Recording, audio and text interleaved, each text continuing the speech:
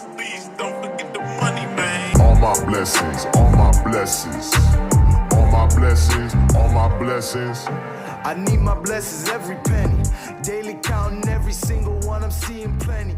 Level up and watch that beat turn. Well, our week 7 started off with a banger on Friday night, and we didn't have a lot of hope earlier in the week heading into that stretch of Friday, Saturday. We had Liberty coming close to losing at Florida International way back on Tuesday. 31-27 was the final there as the Flames pull it out. Jacksonville State then thumped New Mexico State. James Madison crushed Coastal Carolina. We had Western Kentucky thumping UTEP. Louisiana Tech thumping Middle Tennessee, if you happen to watch any of those. And then we had Northwestern surprisingly hammering Maryland on the road 37-10. UNLV beating up on Utah State 50-34, but we had a limping Cam Rising heading over into the land of the sun to play Arizona State in a tough one there. And the Utes fall 19-27 is the final in that one.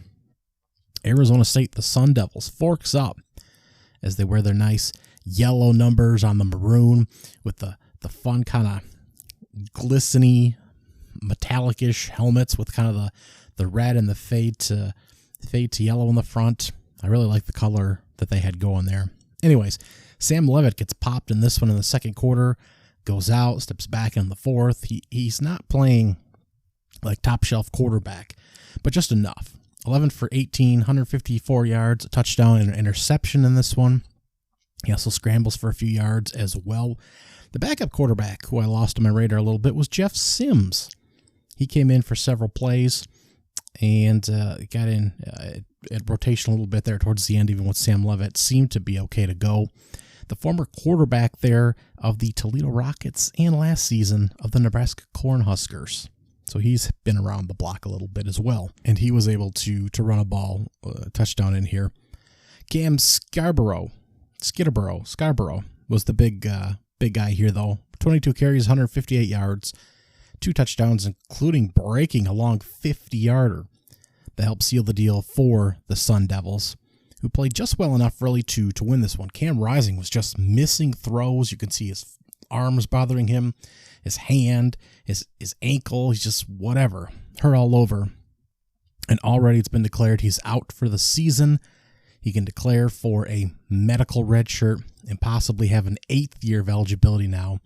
And we will have Wilson, the backup there, starting the remainder of the game. So this may be it for Utah's, I guess you could say, high hopes of the season as they fall to 1-2 in conference play.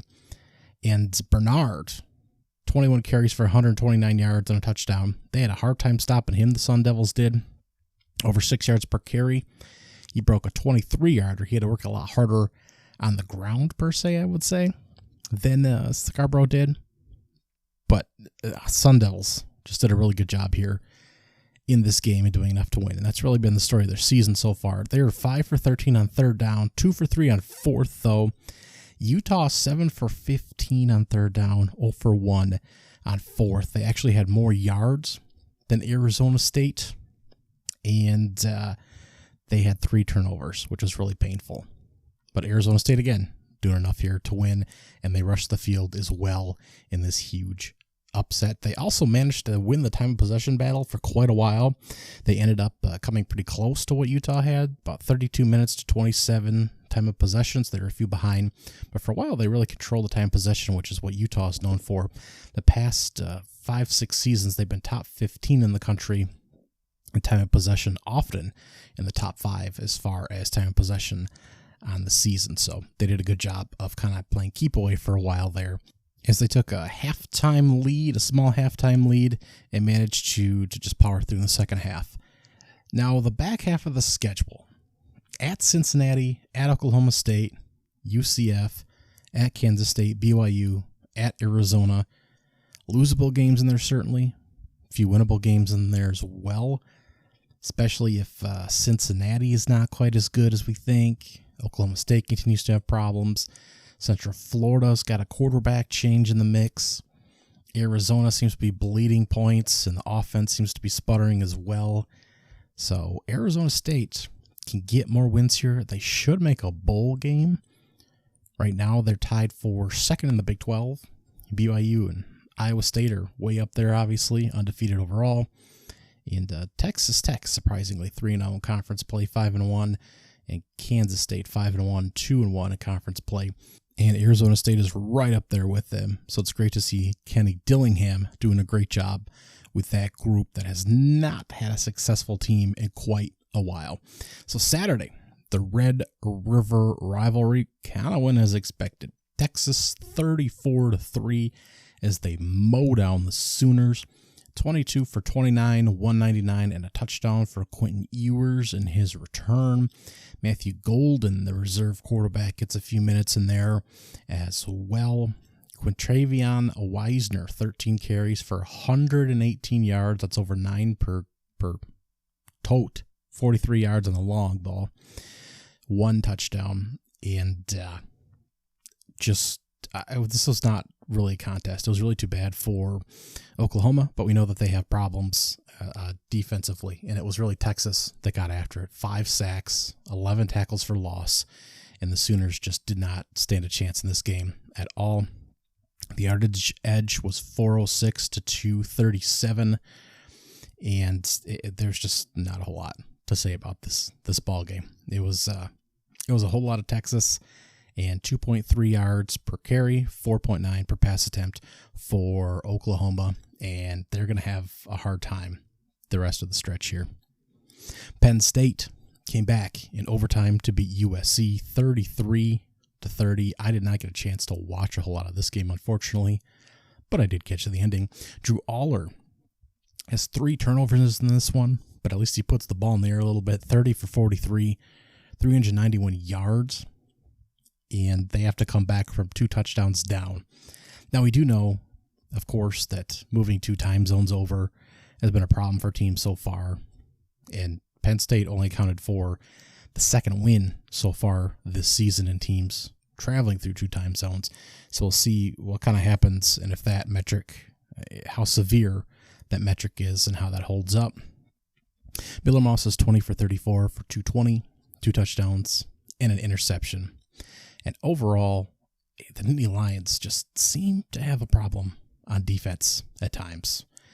You saw it against Bowling Green, and it'll be problematic as the season continues and they play some better offenses. Obviously, USC is capable.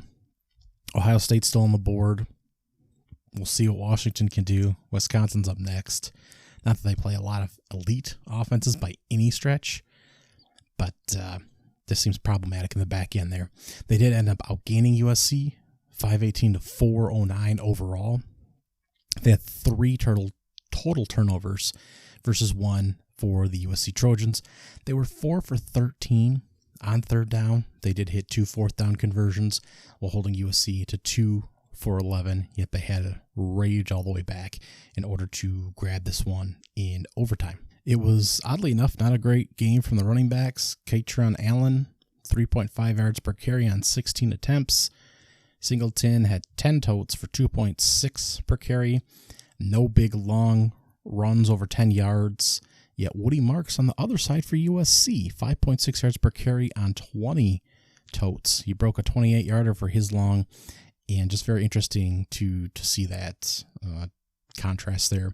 Now, they did have, since they were passing a whole lot, Penn State did have Tyler Warren, the recipient of 17 grabs, 224 yards, and a touchdown as well.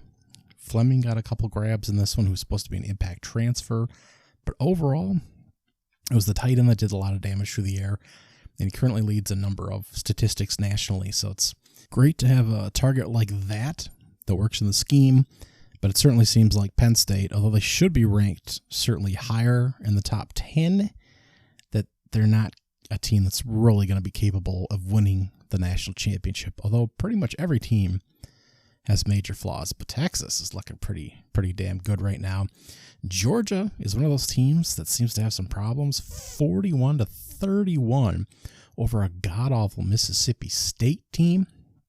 They were up 27-10 at half. And it seemed like they were just kind of going to roll from there. Actually, 10 points seemed like kind of a lot. to give up to Mississippi State, but they were starting a new quarterback, Michael Van Buren Jr.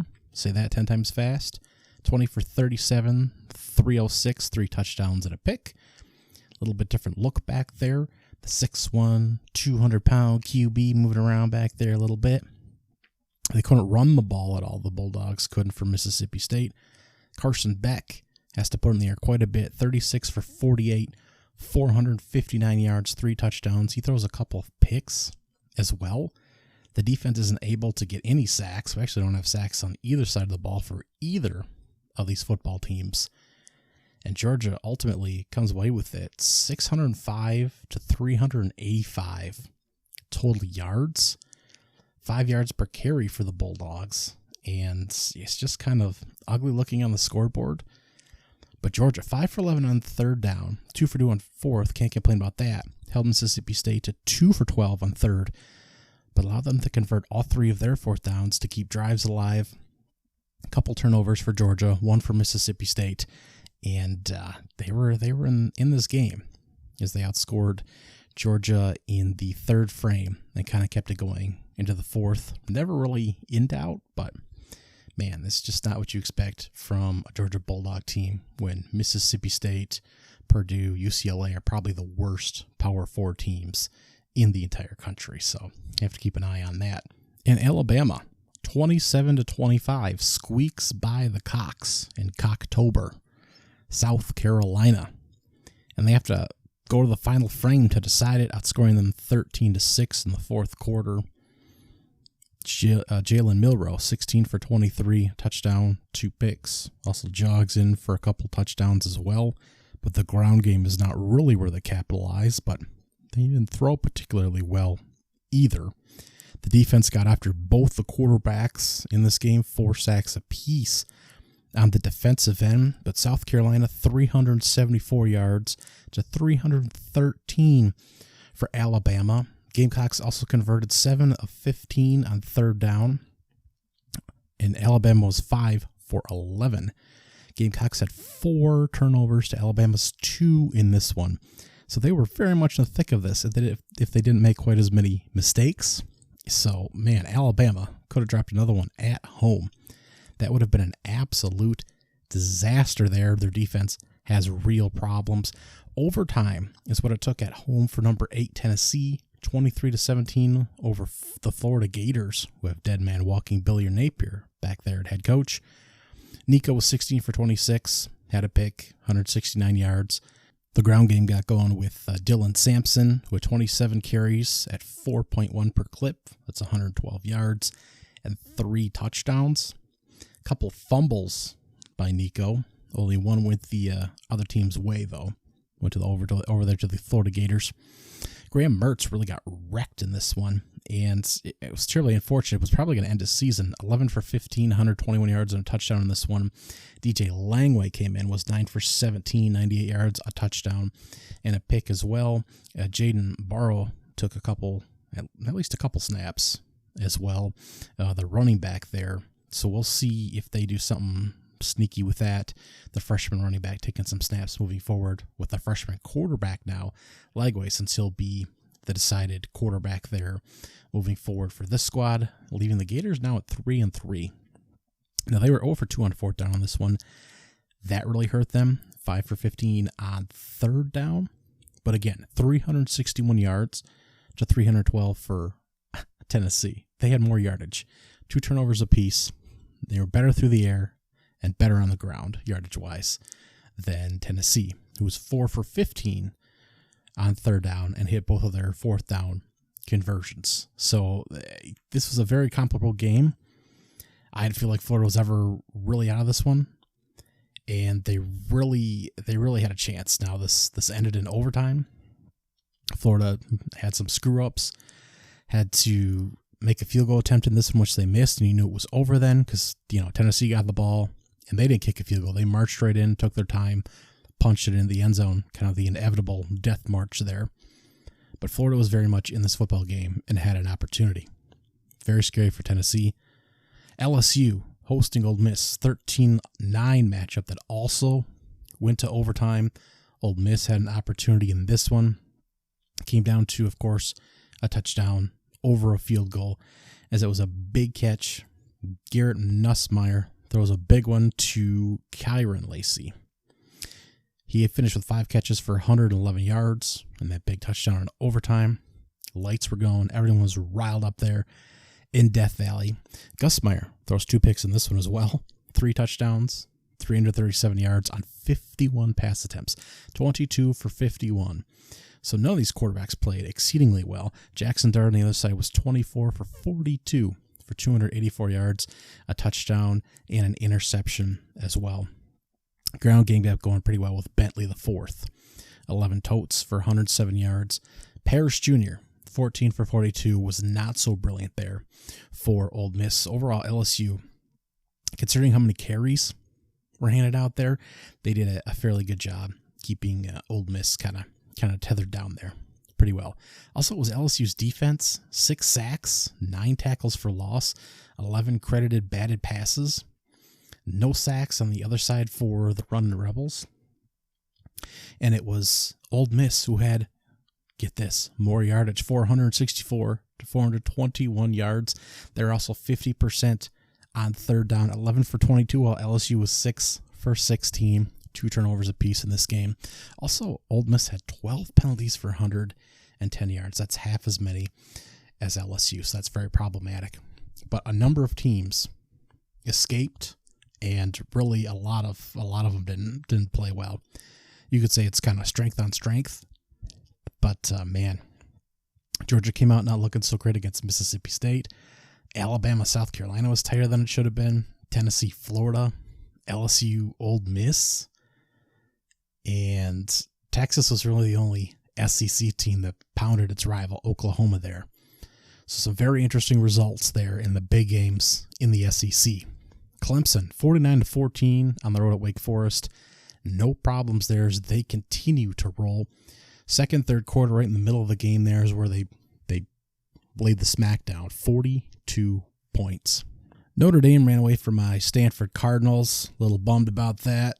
7-7 after the first quarter. Ashton Daniels was hanging around there, and it got away after that.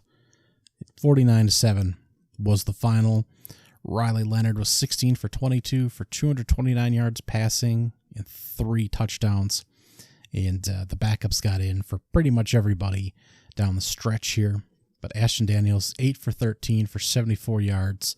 Again, I just love to see him on a better football team. Got 40-something yards carrying as well, but just a mismatch. Iowa State survives West Virginia 28-16. A low-scoring game, much to be expected. Rico Becht, 18 for 26, 265, and a touchdown. Points could have been had in this game. Garrett Green, 18 for 32, a touchdown and a couple picks. Also the leading rusher for the Mountaineers, 87 yards on the ground as well. Iowa State just kind of grinded this game out. 9 for 14 on third down, 2 for 2 on fourth down, 1 penalty, no turnovers. They did struggle to rush the ball at all, less than 3 yards per carry, but they did a great job finishing this one up. 2 turnovers forced by the Mountaineers. They did allow 9 for 13 conversion, but hey, they had more yards and a win, which is more to say for several of these football clubs here. So undefeated are the Hurricanes, as are the BYU Cougars, 41-19 over Arizona State. Fifta puts the ball in the air 52 times and comes up with one touchdown and 3 interceptions. Not so great there. Arizona also struggles to run the football, and it's just problematic all over the place as BYU rolls up 398 yards to 389 for Arizona, but obviously forcing 4 turnovers, and 1 for 4 on fourth down for Arizona, despite 11 for 19 on third down. So BYU kind of lucks out in that particular aspect. But man, forcing the turnovers when it matters, and that leads to a massive, massive blowout after no points scored in the first quarter and being down 7-0. Ashton Jeanty for Boise State struggles to get the run yardage off to really build on his massive total and his push for Heisman and to push Boise State towards a Mountain West title. the good run defense of Hawaii. I was watching more Hawaii than I have in a while. I watched this game pretty much beginning to end, Boise State and Hawaii here.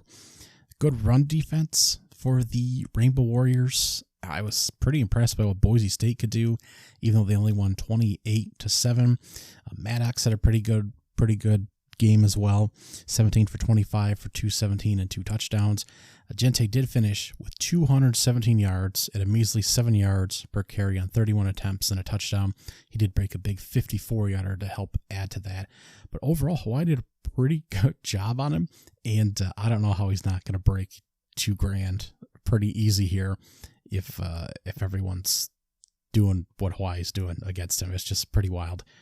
They were 7 for 15 on third down, 3 for 3 overall, 450 to 287 yardage. Disadvantage here for Hawaii, who also had 11 penalties and put themselves in a hole, yet they looked decent at times. So I don't know. Boise State, man, they might just keep on keeping on. And the Rainbow Warriors looked a little better than they did do some years. Anyways, UNLV is next for Boise State, so that will be absolutely huge. They do have a bye week first.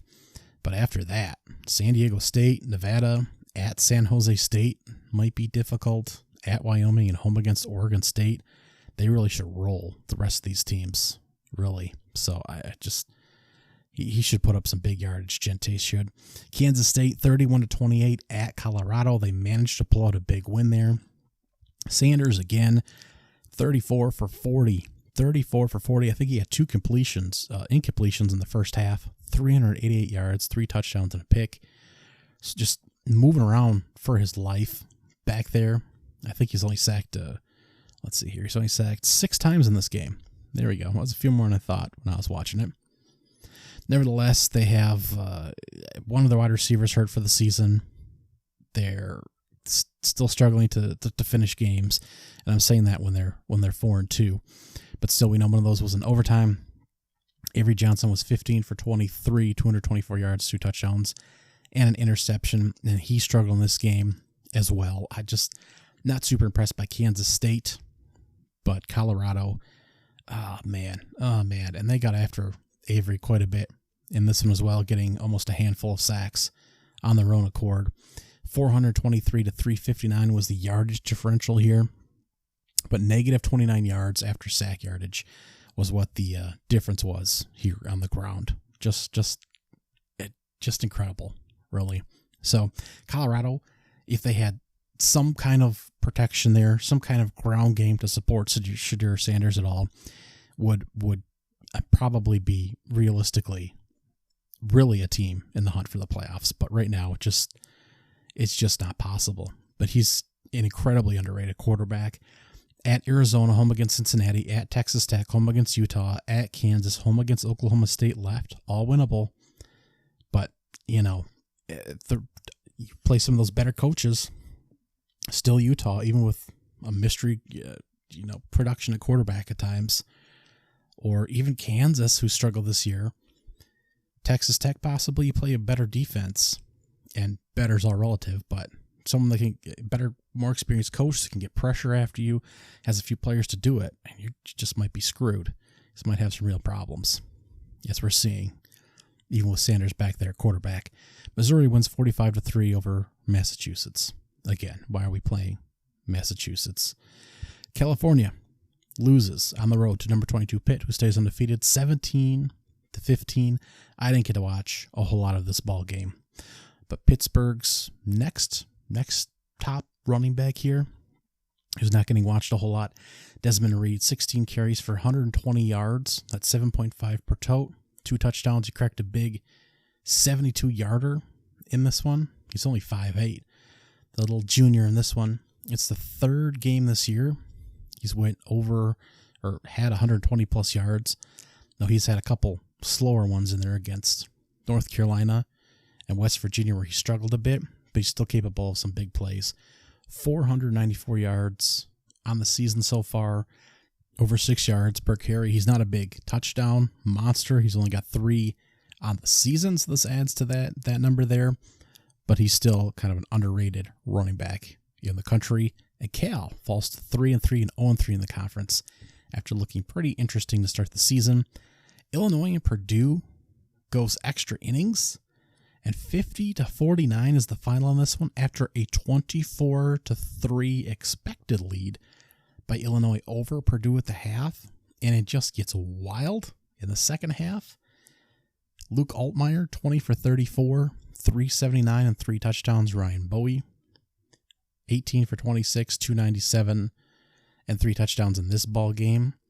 And part of this game turned on a big 53-yard touchdown by Purdue to put a touchdown on the board, followed immediately by a sack of Altmaier, a fumble recovery, returned 16 yards for a touchdown. So we got a couple of quick scores on the board for Purdue in that instance, but it just started to open up for them. One, that was the only turnover of the entire game, as Illinois kind of took the lead and absolutely fell asleep, and the drives completely died while Purdue was able to string a few things together. It was literally the tale of two halves. It wasn't anything too crazy or completely wild. It was just Illinois scoring on its possessions in the first half, and it was Purdue being able to capitalize and score in the second. Just a tale of two halves, just straight, just like you would imagine. So just a very strange football game. Quite frankly, I need to go back and watch a chunk of this, as I was not paying a whole lot of attention. Iowa-Washington, 40-16. Iowa wins. And I'm a little disappointed. You know, I'd rather root for Washington to win some games than Iowa here. But the Huskies now 4-3. Will Rogers, 20 for 34, 195, a touchdown and a pick in this one. Again, the defense allowed Cade McNamara only 8 for 14, but throw a couple touchdowns in this one. Caleb Johnson, the second leading rusher in the country, had 7.9 yards per carry in this one on 21 totes for 166 total yards, including a big 53-yard breakaway and 2 touchdowns. Just disappointing for Washington, who looked like they were coming around, but they're not quite there yet, I guess. It looked like they had a good quarterback in place, though. Looking forward for them to really build moving forward. They could still make a bowl game, of course. Rutgers got thumped at home 42-7 by Wisconsin, who looks like they've woken up a little bit here, and we're starting to draw some lines in the Big Ten between who some of the real quality teams may be, who some of the real middle class may be, and of course our upper crust. And it looks like Rutgers may be floating down towards the bottom. Still a good football team, but nowhere near towards the lower upper level that we thought. Indiana, though, probably still striving that way. They did not play this past Saturday. Had a bye week. Georgia Tech 41-34 over North Carolina. They are now 5-2, 3-2 in ACC play again. Week 0 they played. They're way ahead of everyone else as far as games played. Army stays undefeated, 44-10 over UAB, who's now 1-5. You got to think that Trent Dilfer is in a little bit of trouble there with UAB Blazers. Jalen Kitna, their quarterback there, by the way, son of John Kitna, the former Detroit Lions and journeyman quarterback in the NFL. 3 for 7 passing was Bryson Daly of the Army Black Knights. He also ran for 4 touchdowns and 137 yards in this one. 3 sacks, 5 tackles for loss for the Army Black Knights. And they're still a team that can do some damage to you.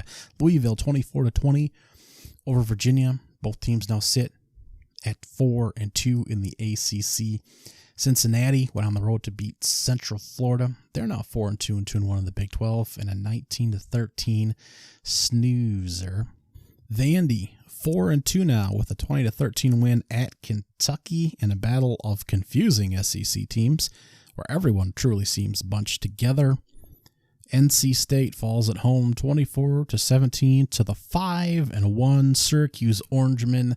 Kyle McCord, 31 for 42 for 346 and 2 touchdowns as he continues to lead the way for that team. Meeks has 11 of the grabs for 116 and a touchdown. And finally, I guess we'll get to the big game, huh? Oregon surviving at home against Ohio State in a game that only shows us that these two are pretty damn even. 32-31 if for some reason you've been hiding under a rock. Dylan Gabriel was 23 for 34 for 342 and a touchdown in this ball game, making some pretty good throws, making himself look like perhaps he should be in the Heisman race. I hate to say that. I really hate to say that, because we kind of overlook teams, guys, when they're playing teams for like the first 6 weeks or whatever until they play a big game. And then if they play pretty well, then all of a sudden they're in the mix. It's like, well, what about the guys that just play well all the time? I hate that. But anyways, he also ran for a touchdown. Jordan James, 115 yards. That's 5 yards per clip and a touchdown in this one. Evan Stewart, the former Texas A&M Aggie, has 7 grabs for 149 and a touchdown. Tez Johnson is big receiver, 7 grabs for 75 yards and a touchdown. He's really been the key playmaker for the Ducks this season. So Evan Stewart showing up was a big deal. He had 69-yard touchdown run towards the end of this game. These teams combined for 1 sack and 5 tackles for loss. There was not a whole lot of... there's still good defensive play, but there wasn't those kind of high-impact plays that you expect to see. Jeremiah Smith on the Ohio State side, 9 grabs for 100 yards and a touchdown. Ibuka, 10 for 93 and a touchdown. Henderson, 10 carries for 87 yards. Jenkins, 11 for 23, as he had a hell of a time getting anything going on the ground. Will Howard was 28 for 35 for 326, 2 touchdowns, and he ran for 1 as well. And he, of course, mismanaged the clock towards the end there. Ohio State didn't realize the clock was still running towards the end of the game, driving for a last-second field goal, and he scrambled, kind of lost track of when he had to get down. Perhaps they should have looked at when he started sliding, when time ran out, but they had 1 timeout in the bag and could have set up for a last-second field goal, and they just ran out of time. Ohio State was 4 for 12 on 3rd down, 2 for 2 on 4th. Oregon was 6 for 14 on 3rd down, 1 for 2 on 4th, and Oregon won the yardage 496 to 463 overall. That 1 turnover and 8 penalties for Ohio State. No turnovers, 3 penalties for Oregon, and just came out ahead. Looked better overall, and just came away in this one with a big win. It was fun to watch. It was fun to watch these teams kind of go back and forth, it felt like, for a while, particularly in that first half. And going into the fourth, it was anyone's game, trading back and forth. Oregon getting a score there to go ahead at the end, and Ohio State kind of driving and really kind of screwing up there at the end to put themselves behind, kind of out of field goal range once they were in it. It was that was a penalty if I'm remembering correct. Usually I have this in front of me, but just problematic execution at the end by the Buckeyes. But you have to think, neutral site, these teams are still about even, and they still have their flaws. You can blame Will Howard for some problems, you could say time management issues. You could say perhaps he could have made some bigger throws. You could say maybe the defense could have come up with more stops on either side of the football. You could say a number of different things. But the point is, these are probably 2 of the best teams in the country. I mean, realistically, as far as who has the fewest problems, it's probably these 2 in Texas. And these 2 are even. Coin flip, quite frankly. So it's great for Oregon to celebrate, have the win, but you can't be too disappointed if you're Ohio State. And as far as the playoffs having 12 teams and having less of an impact, devaluing these kind of games, it didn't do that. However, looking back now at the results, you're like, how much does this game matter? Both these teams can still make the Big Ten Conference Championship and play again and still make the playoffs and possibly play again. So is the outcome as big of a deal? Probably not, but that doesn't make it any less exciting to watch these 2 absolutely hammer at it in this kind of ball game. And we have another big one, of course, this week, and when Texas and Georgia do battle, and it's going to be, oh man, it's going to be a big one. Week 8 already. Man, oh man. All right. So we have games, of course, starting on Tuesday, and boy, oh boy, are they Not very exciting. 3 games, 6 teams, 7 wins between that group heading into the slate. Of course, it'll be wrapped by the time this goes up probably, but South Alabama hosting Troy, Middle Tennessee hosting Kennesaw State, and New Mexico State hosting Louisiana Tech on ESPN2, CBS Sports, and ESPNU, respectively. Wednesday gets a touch better. Sam Houston will be hosting West Kentucky at 7 o'clock Eastern Time on ESPN2 with Shushu, or SHSU. Sam Houston favored by just less than a field goal in this one at the moment. Neither of these teams are particularly juicy, with Sam Houston 5-1 overall, 2-0 in Conference USA. Western Kentucky also 2-0 Conference USA, 4-2 overall. Sam Houston looking like a little bit better candidate here, only averaging a few more points per game. And the home team here, they are converting 42% on third down. Of course, they've had some difficult matchups in the non-conference schedule. And Western Kentucky, 37.5% on third down. Again, neither of these teams averaging a whole lot of effective metrics on the offensive side of things. 55.5 point over-under expected in this one. In both of these teams, I mean, Sam Houston State struggled a bit against UTEP in a 41-21 win last week, and Western Kentucky a couple weeks ago played UTEP in a 44-17 win at home. UTEP themselves will be playing at the back end of this doubleheader. They're 0-6, and they'll be hosting Florida International, the Fighting Pit Bulls, on CBS Sports Network. And this is a 7-point favorite for Florida International on the back end of that one. Thursday, Marshall will be hosting the mighty Georgia State 0-2 Sunbelt team there. The Panthers. I always get my cats confused here in some of these smaller conferences. Marshall's favored by 9 points here at home, and 7:30 provides us a little bit better offering here as Virginia Tech favored by a touchdown at home, 3-3 at this point, hosting Boston College at 4-2 over on ESPN, and they're coming off a bye. They're looking slightly better. They beat Stanford 31-7. They played Miami within 4 points, Rutgers within 3. Again, they struggled arguably to start the season. We know how good Vanderbilt is now, and they arguably could have won that game had they not got off to such a rough start in the opener. Wins over Old Dominion and that Marshall squad aren't looking, so great at this particular point. And they have a rough schedule to wrap up.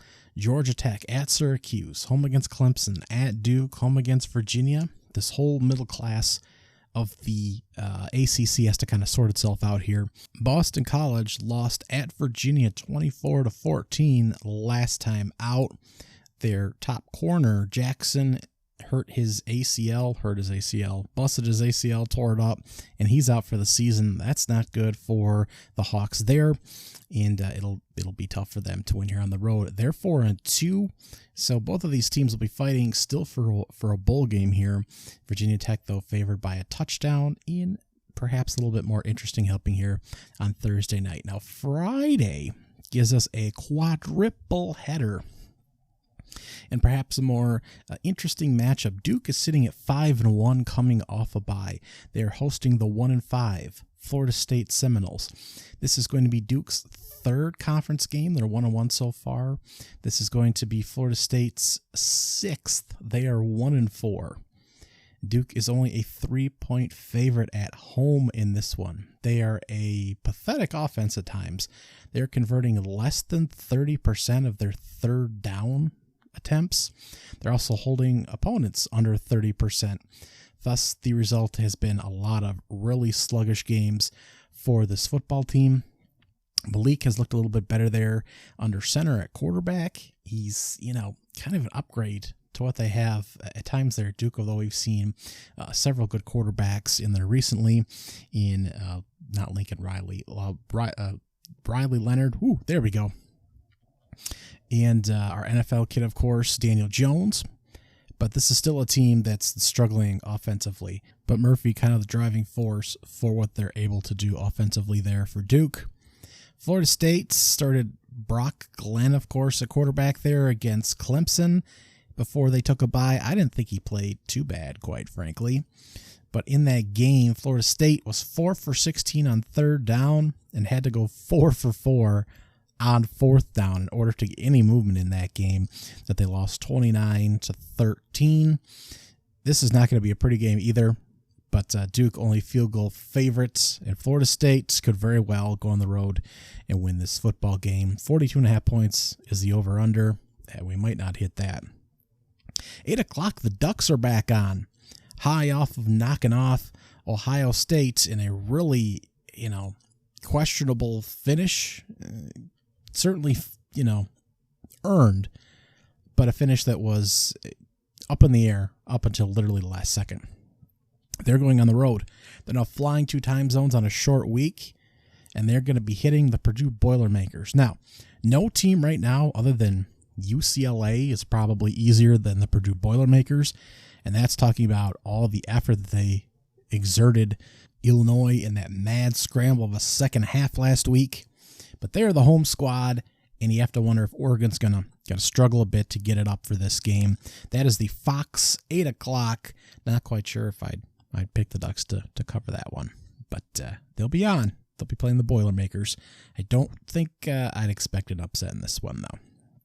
BYU, number 13, is on at 10:15 Eastern time. They're still undefeated, and they're hosting Oklahoma State coming off a bye on ESPN. They're favored by nearly 9 points at home. Oklahoma State now, of course, 3-3 at this point. Now Gundy usually gets himself together and is able to compete and find the strengths in his team and able to get things together. Instead, in the bye week, he goes and pokes himself on the eye and kind of has you wondering what the hell is going on with this team. You'd think they come out, reestablish the ground game with Ollie Gordon, who's just been had a hell of a time this season. In 6 games, he's got 384 yards. He was the leading rusher in the country last season. But again, he didn't come on until several games into the season last year, where he absolutely accelerated. I haven't heard any talking points at all about Oklahoma State. Not necessarily that I base my opinions on anyone else. But if Oklahoma State starts to kind of turn things around a little bit, I would expect it to happen with reestablished offensive line and a lot of balls handed off to Ollie Gordon and controlling the offensive line. I think that could possibly happen again with an experienced coach, even if he's down to 1 eyeball. Now, their last 3 losses, Utah by 3, Kansas State by 22 on the road, West Virginia by 24. They are ugly.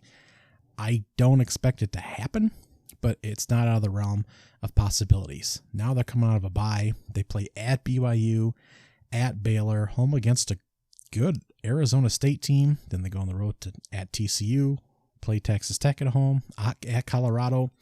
At this point, they're looking at like underdogs in pretty much all of these games, but it's possible that Oklahoma State kind of rallies around a little bit. I'm not quite sure. I expect it to happen against BYU, who looks like a real football team at this point.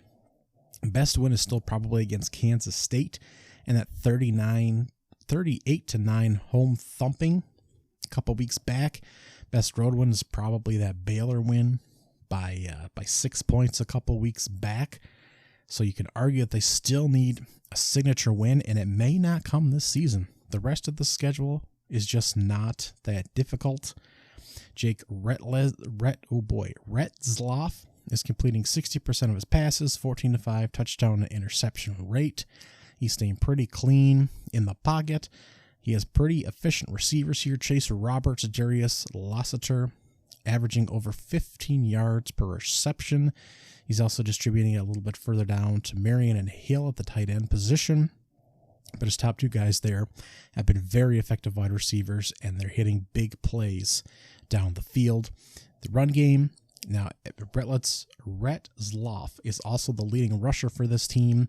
But when they do hand it off to Ropati, He's averaging 5.1 yards per attempt, and LJ Martin is averaging 4.7, and they have a couple of the guys to hand it off to as well. So it's really a very efficient offense that is yet to be stopped.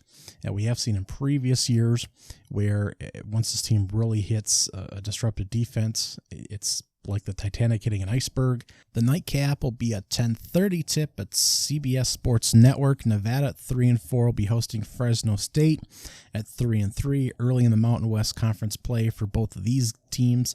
Fresno State actually favored on the road here by 2.5 at the moment with a 50.5 point over-under. The Wolfpack have been mighty interesting. They won 42-37 against Oregon State last week. Brandon Lewis has been a monster at quarterback. He's doesn't do a whole lot of throwing. We got a really interesting offense here. He's the second leading rusher in a very interesting offensive attack. Sylvian Red at running back, almost 7 yards per carry and 7 rushing touchdowns. They are fun to watch from that perspective, but the defense has been lacking a little bit. Nevertheless, this offense has scored 49, 35, and 42 points the last few weeks and is capable of putting up a bundle as well against Fresno State. The Bulldogs have lost 2 in a row, getting mollywopped by UNLV 59-14 and losing in a tight one to Washington State 25-17 last week. This is still a squad that likes to air the ball out quite a bit. They are actually not as effective on the ground, rushing for just over 3 yards as a team unit on the ground. So a little bit different methods of attack here offensively. 50.5 point, again, over under in this game. Some points expected in this one. What will be an interesting matchup here. Interesting that the road team is favored, I think, personally. Now, Saturday at noon, we're back to 10 games on the noon slate here. Now we have several, I think we've got a half dozen of the top 25 AP poll teams on bye. We've got things a little bit spread out, though, throughout the slate to keep things kind of interesting.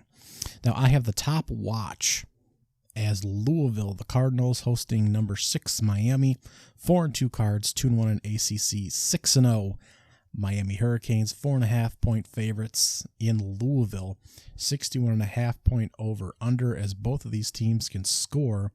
Miami's number 1 in the country in plays of 20 plus yards. Louisville is tied for 4th. So both of these teams are certainly capable of putting up a bundle of yards. California actually got ahead of Miami last time out by hitting a number of big plays early. I believe they hit 5 or 6 and then actually doubled the number of big plays that Miami had allowed of 20 plus yards on them on the season. So Louisville is going to have that same kind of explosive ability. They beat Virginia on the road 24-20 last time they hiked the football. Tyler Shaw was still looking good back there. 1,600 yards on the season, 14 touchdowns, 3 picks. Needs that offensive line to help keep them upright. The defense has looked pretty good for the Cards, despite the fact that they got shelled out there by Notre Dame in a good football game earlier in the season, and of course the loss to SMU. Two losses there by touchdown in each game, just coming up short there. This is still, again, a very potent offense, but both of these teams have the ability to really score on each other. I've almost talked myself here into a Louisville upset. I certainly think they can cover that 4.5 there. Again, Miami's managed to scrape through in several games here already this season, the last 2 certainly, but they still look comfortable and managed to kind of stay calm even when they're behind here.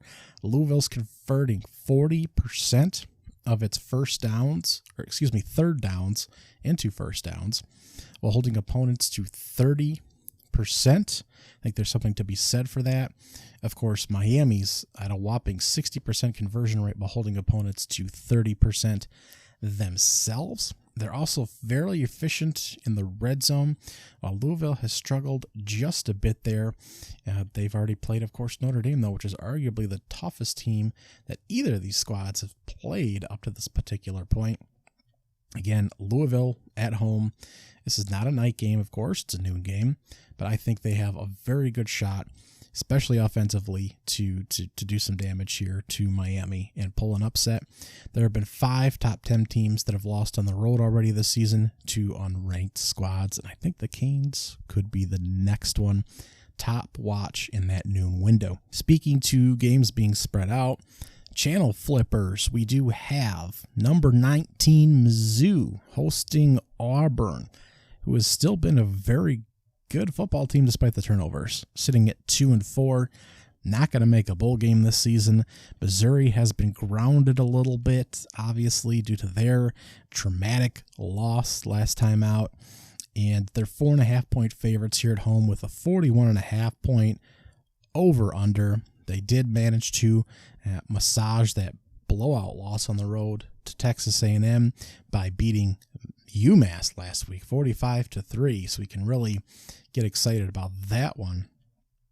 But they're going to have to really get things together here for Auburn, who's really been a cluster this season. You know, wins over New Mexico and Alabama A&M is all they have to show. Losses to California, Arkansas, Oklahoma's gross, and then getting thumped by Georgia 31-13. Again, not a whole lot has changed here in the grand scheme of things. Quarterback play is still a little bit questionable. They still want to run the football, which they haven't been doing super effectively. The defense is still something that could get under and after opponents. They're allowing a 37% conversion on third down. And this has just been a team that, again, has actually been in the mix for games outside of Georgia.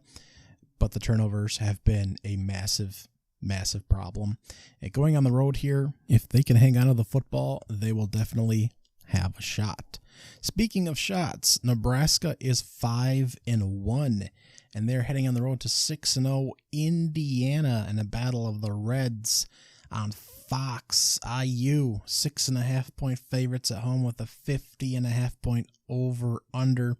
Curtis Rourke, 14 touchdowns, 2 picks on the year. He has been excellent coming over from the MAC and joining this offense and piloting this group. Now their best win to date is arguably Maryland at home, who just lost to Northwestern. Now Indiana did beat Northwestern on the road, so perhaps you can pencil that one in. But again, this schedule has been incredibly soft. Nebraska at least has the Colorado game on its slate, and they've beaten Rutgers in a low-scoring affair, and they did have that tough loss in overtime to Illinois. So perhaps this is an opportunity for Nebraska to rise a cut above with a big win on the road. But if Indiana, on that same turn, fends off Nebraska, this could be a real big win for this squad, although it still probably won't really tabulate in the eyes of folks with them standing pat at home here. But still, this is a big ball game between two really underrated quarterbacks here. Again, Nebraska and Indiana coming off bye weeks here. Dylan Raviola, as I like to call him, getting a chance to take a mid-season break here. He's been sacked a dozen times already this season, still completing 67% of his passing attempts. This Nebraska defense has 20 sacks on the season, which is one of the better marks and has been very effective. I can't wait to watch this one. I have no idea who will win. And quite frankly, this middle class of the Big Ten that involves Wisconsin, Indiana, Rutgers, Nebraska, probably Iowa at the very least, Illinois, they may all come out about the same by the end of the season, and we may have other teams in the mix. Maybe USC is really here. They're currently 3-3. You know, it's kind of hard to tell. Some of these teams got to settle towards the bottom, but it'll be interesting to see who starts to rise towards the top of this conference here. Kentucky and just below Ohio State and Penn State and Oregon. But man, this should be a really fun game for these two programs that have certainly struggled in their history. The third game I have here in the Channel Flippers is Cincinnati hosting Arizona State. ASU coming off the huge win against Utah last week. Now this game is buried on ESPN2, which is unfortunate, but heading from the desert over into Cincinnati, Ohio, is going to be a temperature difference, if nothing else.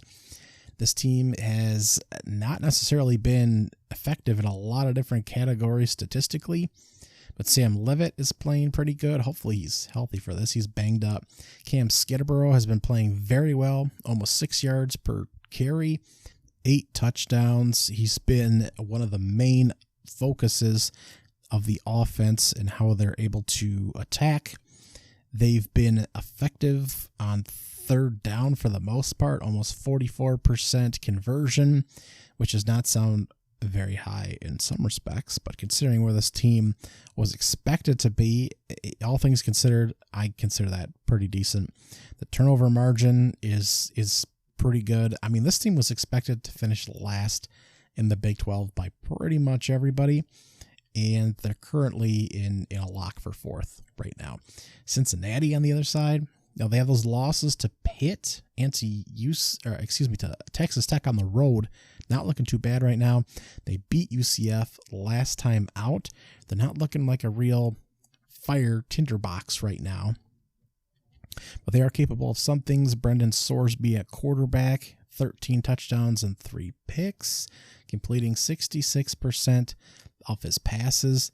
They are capable of running the football with a few different backs back there, and they've been winning games to this point. 4-2 is not the most exciting, and this is not going to be the most, these teams are competing for playoff spots per se. They are both 2-1 in the Big 12, but this is still a very interesting ball game with Cincinnati 3.5-point favorites on the road. Again, squirreled away on ESPN Plus, unfortunately. But either Cincinnati's 5-2 coming out of this and 3-1 in the Big 12, or Arizona's 6-1 and probably ranked next week, which is just really astounding. As for our other notables, it's pretty much the rest of the games in the noon slate. Number 10, Clemson will be hosting Virginia, who still stands to not only make a bowl game this season, but is actually kind of in the hunt here in the ACC. They are currently sitting at 2-1 and 4-2 overall. Clemson, of course, heavy favorites in this one. Army is hosting the East Carolina Pirates. Army 6-0, and they're undefeated still at this particular point. Northwestern will be hosting Wisconsin. Wisconsin showing some life here in the Big Ten. UConn's 4-2. I mean, they're hosting Wake Forest. They could get a win over a Power 4 team. Coastal Carolina will be hosting Louisiana in a battle for the Sun Belt. Louisiana 2-0. This one's on ESPNU. UConn's on CBS Sports Network. Big Ten Network will have Northwestern Wisconsin. ESPN2 will have the Army game. And that'll take us to the afternoon, which thins out a little bit depth-wise. Now, 3:30 is the top watch. Tennessee hosting Alabama. Number 7 at number 11 on ABC, the biggest game on the slate. And two teams that are struggling like hell. 5-1 overall. Basically, I think the loser of this is basically out of the playoffs. This is an eliminator in my book. Both of how these teams are struggling. And I think that we'll find 11 other candidates plus the non-Power 5 automatic qualifier that'll make it in over these teams. There are just too many groups of guys, teams bunched up here in the top of the SEC, or the whole right under Texas in the SEC, that I think this could be a devastating loss. Now, for some reason, Alabama's favored by 3 on the road. I'm not sure that should be the case. Why Tennessee at home in a night game, an afternoon game, wouldn't be able to move the ball. It would be nice if it was a night game for the Vols, I suppose. But why they wouldn't be able to move the ball here against Alabama's defense, I'm not entirely certain. Tennessee's had struggles, of course, the last few games. In a win 23-13 against Florida, and a 19-14 loss to Arkansas, and a 25-15 win against Oklahoma. But defense has not been one of those problems. It's been on the offensive end. And if you give them what Alabama's been giving up, some of those opportunities, I think that they'll be a little bit more effective. And I actually like Tennessee in this game personally. But Alabama and its ability to hit some big plays on occasion is certainly problematic for the Vols once the Tide are able to get rolling. But again, they did not look super impressive against South Carolina or Vanderbilt or the second half of Georgia. They're a completely different team the last 2.5 games. So who really knows what could happen in this one? Now, Dylan Sampson for Tennessee, the running back, has almost 700 yards. I think he's right at 699 on 118 carries, 15 touchdowns. He's been a lot more prevalent in the offensive attack than I think has been noted. So he's going to be part of the offensive attack as well. But it's going to be up to these defenses. Again, it seems like the anticipation is that Tennessee's defense is going to struggle a little bit more with Alabama, and Tennessee is going to struggle offensively against Alabama's defense, and I don't necessarily see that. So I'm very interested to see how this game plays out, as you are as well. 72 degrees in Knoxville in Neyland Stadium, and this is going to be one of the top games on the day. As far as channel flippers, now I have two here because I think it gets pretty gross after that. Also at 3:30, Georgia Tech, the mighty Yellow Jackets, 11-point underdogs at home to Notre Dame, who's 5-1. I'm not quite sure why that's the case. Now, Notre Dame smashed Stanford last week, which, anyone's capable of doing. Beat Louisville 31-24. They also haven't left home in about a month. They played on the road at Purdue last, and they also, of course, beat Texas A&M to start the season. Georgia Tech, a little bit more battle-seasoned, played at North Carolina last week, played at Duke the week before, won those games. Of course, their losses are at Syracuse and at Louisville on the road, and they have not lost at home at this point in time. I think this could be a very good football game. I think that Riley Leonard has been very good in the pocket. He's doing a little bit better throwing the football, but still, I think that this could be very much a game that's in the mix for the Yellow Jackets, and especially on the ground. The trenches are going to be very important, of course. The secondary of Notre Dame has been very strong, but if Georgia Tech, especially Haynes King, can get out moving a little bit, I think Notre Dame could have some troubles in this one. This is actually a neutral site game, technically. Mercedes-Benz Stadium, for what it's worth, in Atlanta. The other channel flipper I have here is the 4 o'clocker. We have Arizona. We have Colorado. 3-3 is where the Wildcats stand, unfortunately. They have some problems. Sometimes the offense isn't always clicking. Noah Fifta is looking a little bit more down to earth as a true sophomore at this point, but they are hosting Colorado, who's 4-2 and has the same old problems as they've had for a season and a half now. Arizona's 3.5-point favorites, 57.5-point over under, but this is the 4 o'clock Fox game. Hopefully we'll see some points and some fun quarterback receiver action in this one. After that, I think it gets a little dicey personally. The rest of these games I have bumped to my notable section at 12:45, so coming out of that noon slate, we do have the staggered SEC game, Oklahoma hosting South Carolina, and while I bundle that game in with the Illinois hosting Michigan game at 3:30, Illinois is 22nd and Michigan's 24, so this is one of our top 25 matchups on the day, out of three or I think we have 3 of them on the slate. Now, the problem with these games is the offenses, of course, for Oklahoma and Michigan are 2 of the worst in the country. The quarterback problems, the efficiency, they're not even hitting big plays once in a while. If you look at teams that are hitting number of plays, 20-plus yards downfield, it goes Kanawha State, or Kanishwa State, however you like to pronounce it, really, who's dead last at 134, then Oklahoma, who's 133, then Michigan, who's 132. So not even doing anything astounding when you watch them play, which is something you'd like to see as they try to find what they do really well. And that's just not the case, right? So they're hard to watch. South Carolina, we know, is very inconsistent. And Illinois, after what happened last week against Purdue, is just, gross. These are gross boys, gross games. But that's 12:45, Oklahoma hosting South Carolina on the SEC network.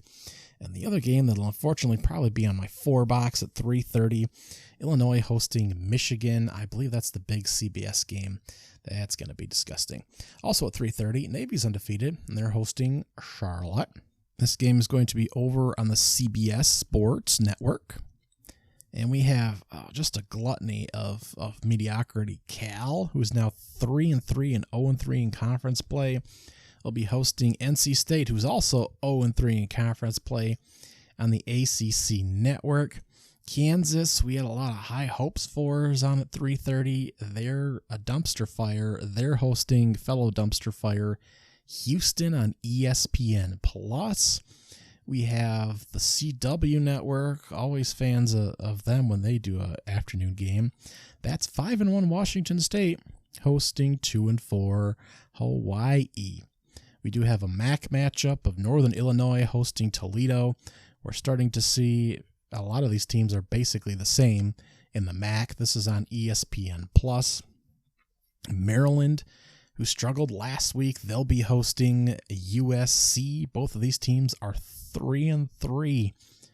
USC's 1-3 in conference play, and Maryland is 0-3. Yet USC, coming across 2 time zones again, is a touchdown favorite. I have no idea what to do with that. This is on FS1. 4 o'clock. Texas Tech, 5-1, 3-0. They're hosting Baylor, who's 0-3 and looks crappy. Yet Texas Tech's defense is not always the best. They're less than touchdown favorite here on ESPN2.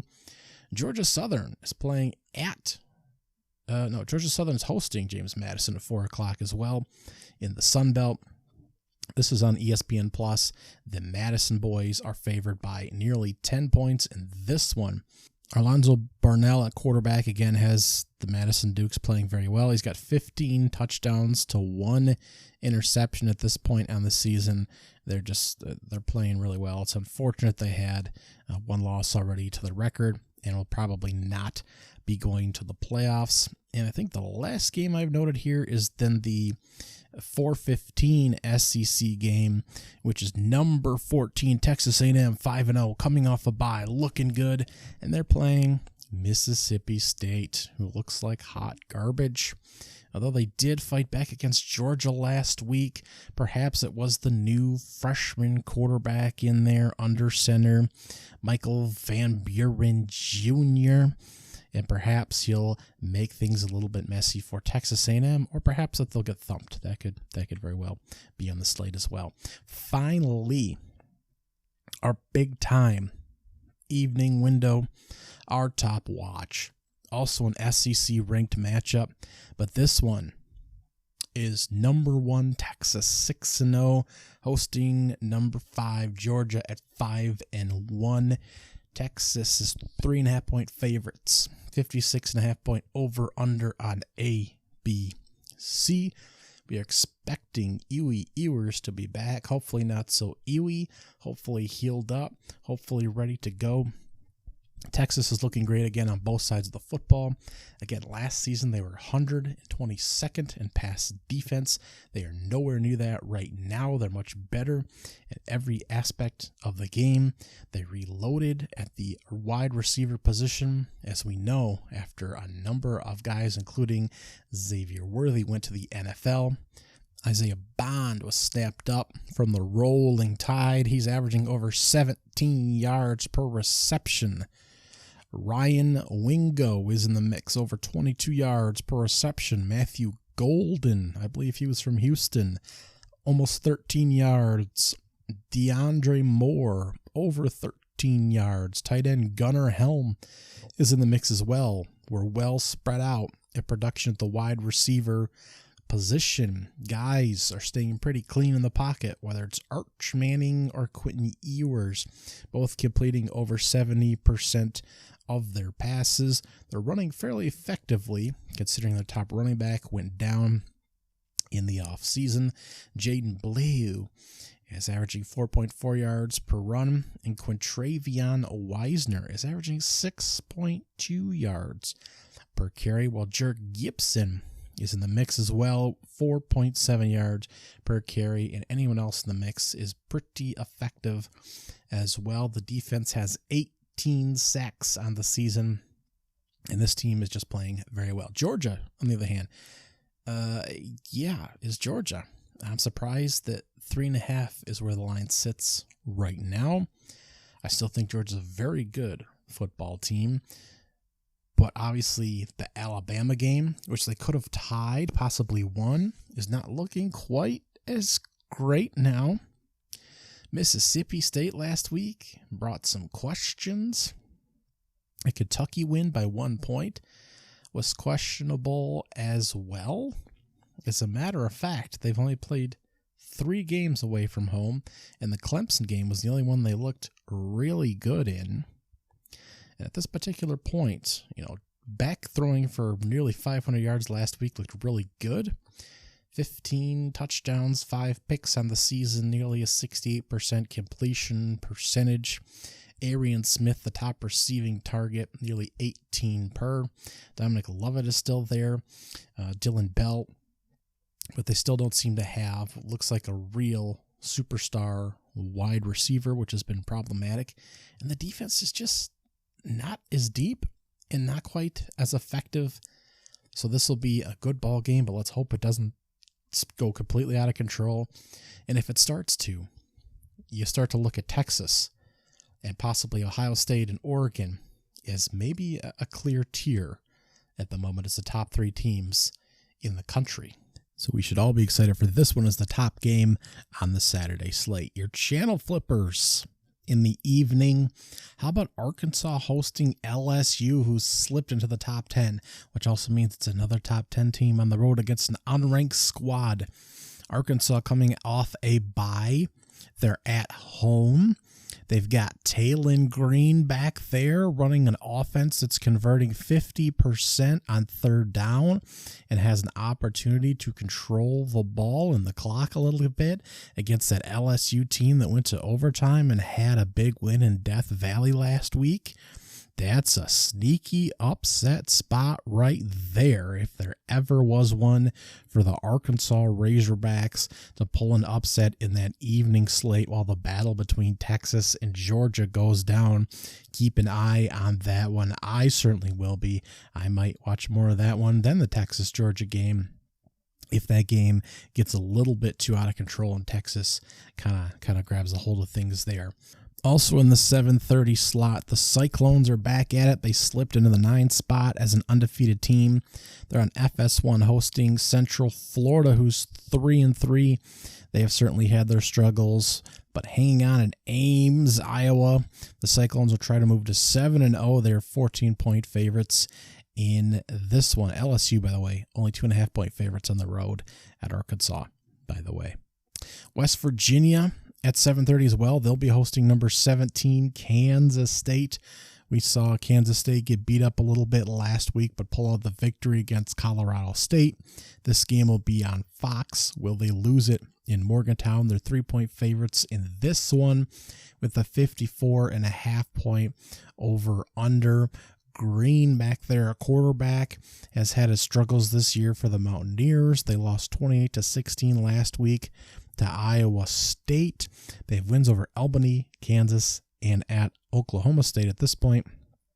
Losses to the good teams they've played: Penn State, at Pitt, and Iowa State. But the Mountaineers, it's tough to win there in Morgantown when they're up and rocking for an evening game. And they'll have an opportunity to pull an upset over Kansas State. I would not be shocked if something were to happen in that particular aspect as well. Finally, your other notable games: Vanderbilt's back in action, and they're hosting the mighty Ball State Cardinals. Yeah, they get another one of those weird late game schedules that the SEC plays for whatever reason. This game will be a 7 o'clock on ESPN+. Vandy's favored by 26. Don't see that too often, do you? But they can move to 5-2 if they win this one. Michigan State's 3-3. They're hosting 4-2 Iowa. Obviously, things have come off the rails a bit for Michigan State, but they're only 6.5-point underdogs at the moment in East Lansing on NBC. Cade McNamara, a familiar opponent there. Again, Iowa's going to focus on running the football. If Michigan State can kind of bottle that up and hit a couple big plays with Childs, which is possible, then Michigan State could possibly be in the mix there for an upset in that particular ball game. Also at 7:30, Memphis will be hosting North Texas in a real under-the-radar game here in the evening slot on ESPNU. Memphis is favored by 10 at home. They're 5-1, 1-1 in conference play of the American. Texas is 5-1. They're 2-0 in the American Conference, so they can get a big lead here if they punch out the Tigers. 66.5-point over-under. Lots of points expected from these two offenses, who both struggle a bit on the defensive aspect of things. North Texas, the Mean Green, survived at Florida Atlantic 43-37 last week. They wins over Tulsa, Wyoming, SF Austin, and a road win against South Alabama. There we go. On the road there, they do give up points on the back end. They lost at Texas Tech 66-21. Memphis, of course, lost at Navy 56-44. Wins over Middle Tennessee, at South Florida, at Florida State, to Troy, and to North Alabama. That's how Florida State knew the rails had come off, even though Memphis was expected to be a pretty good ball club here. Now, Army and Navy are also in the American Conference, and Army is already 5-0. So just keep that in mind. We, of course, have Tulane still in the mix. They're actually 2-0 at the moment. So this is going to be a tumultuous American Conference. It'll be big for whoever comes out of this one in this particular ball game. We also have Chandler Morris here, a quarterback, by the way, former Michigan Wolverine and TCU Horned Frog, playing here, quarterbacking the Mean Green. 20 touchdowns, 7 picks on the season. Of course, veteran quarterback for Memphis on the other side here, Seth Henniger. And he's not throwing as many touchdowns as he typically does, but they are able to run the ball a little bit there for Memphis with Mario Anderson. He's got 8 touchdowns on the season. And this should just be an interesting ball game. But a couple quarterbacks there, of course, to spotlight. 7:45, the SEC Network and their weird staggered times. We'll have 2 3-3 teams. Florida hosting Kentucky. Not that these are necessarily, worth watching at the moment, but 2 teams that can certainly cause problems for other teams in the SEC. Finally, at 8 o'clock, the SMU Cardinals at 2-4 hosting the 21st ranked SMU Mustangs at 5-1. They're favored by more than 2 touchdowns on the road on the ACC Network. Can Stanford pull an upset? We shall see. Finally, the late night slate only gives us 2 morsels this upcoming weekend. Oregon State is on the CW Network at 10 o'clock. Their Beavers are sitting at 4-2. They're hosting the UNLV Runnin' Rebels there in Corrales. 7.5-point favorites are the Rebels with their new quarterback there under center. They came off their bye week, of course. They won at Utah State 50-34.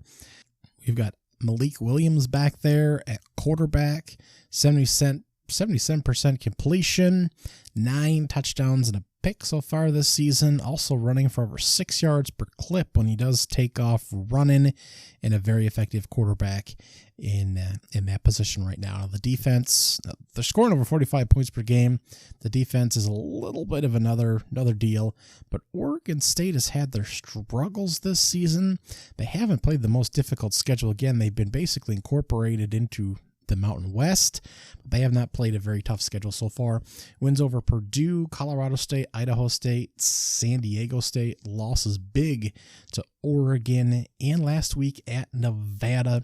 So UNLV will have a real opportunity to move forth if they can win on the road here at Oregon State. And finally at 10:30 ESPN, we'll have kind of a gross one now. Utah, as Cam Rising is considering, all right, looks like he's officially ruled out for the season, and he'll possibly take another year next season which means that they have a new quarterback up here. They're going to sit at 4-2, 1-2 in the Big Ten. They're hosting 3-3 TCU, who's had their own struggles this season. It's Isaac Wilson, brother of Zach Wilson, who started several games already this season. More picks than the completions, 55%. Not been super great, but he'll be quarterbacking for Utah, while TCU in its struggles will be about 4.5-point underdogs on the road, losing 3 of the past 4, including a big loss at home to that awful Houston Cougars team.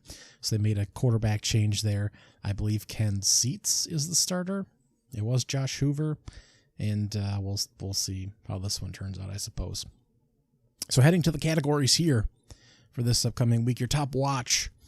Of course, your top games are really on the SEC schedule, but we have Georgia heading to Texas. Of course, second to that is Alabama heading to Tennessee. And of course, I still like that LSU at Arkansas. Miami will have a tricky one on the road as well, but a big day for the SEC. The Audible, if you got to switch out in that noon slate for that Louisville-Miami game, to flip over to Indiana hosting Nebraska in a big Big Ten game there. Underrated, I think, is Cincinnati hosting Arizona State. I don't have a strong opinion on Cincinnati yet, but I'm rooting for that Kenny Dillingham Fighting Devil team that's having a surprise season so far. Hail Mary. Will Arkansas upset LSU? I think there's a good chance. Oh, there's a good chance that Miami goes down as well. Small screen starlet. North Texas at Memphis in a big game for the American. 2 high-scoring offenses. That should be a fun one. And late night snack. How about those UNLV running Rebels at Oregon State? Enjoy the big SEC games this week. Let's hope for some more action and possibly some more upsets to really have something to study for next week as to which teams we think are the best in the country. Thank you for listening to the Michael Welch Podcast. All my blessings, all my blessings, all my blessings, all my blessings. I need my blessings every penny. Daily counting every single one, I'm seeing plenty. Level up and watch that beat turn into a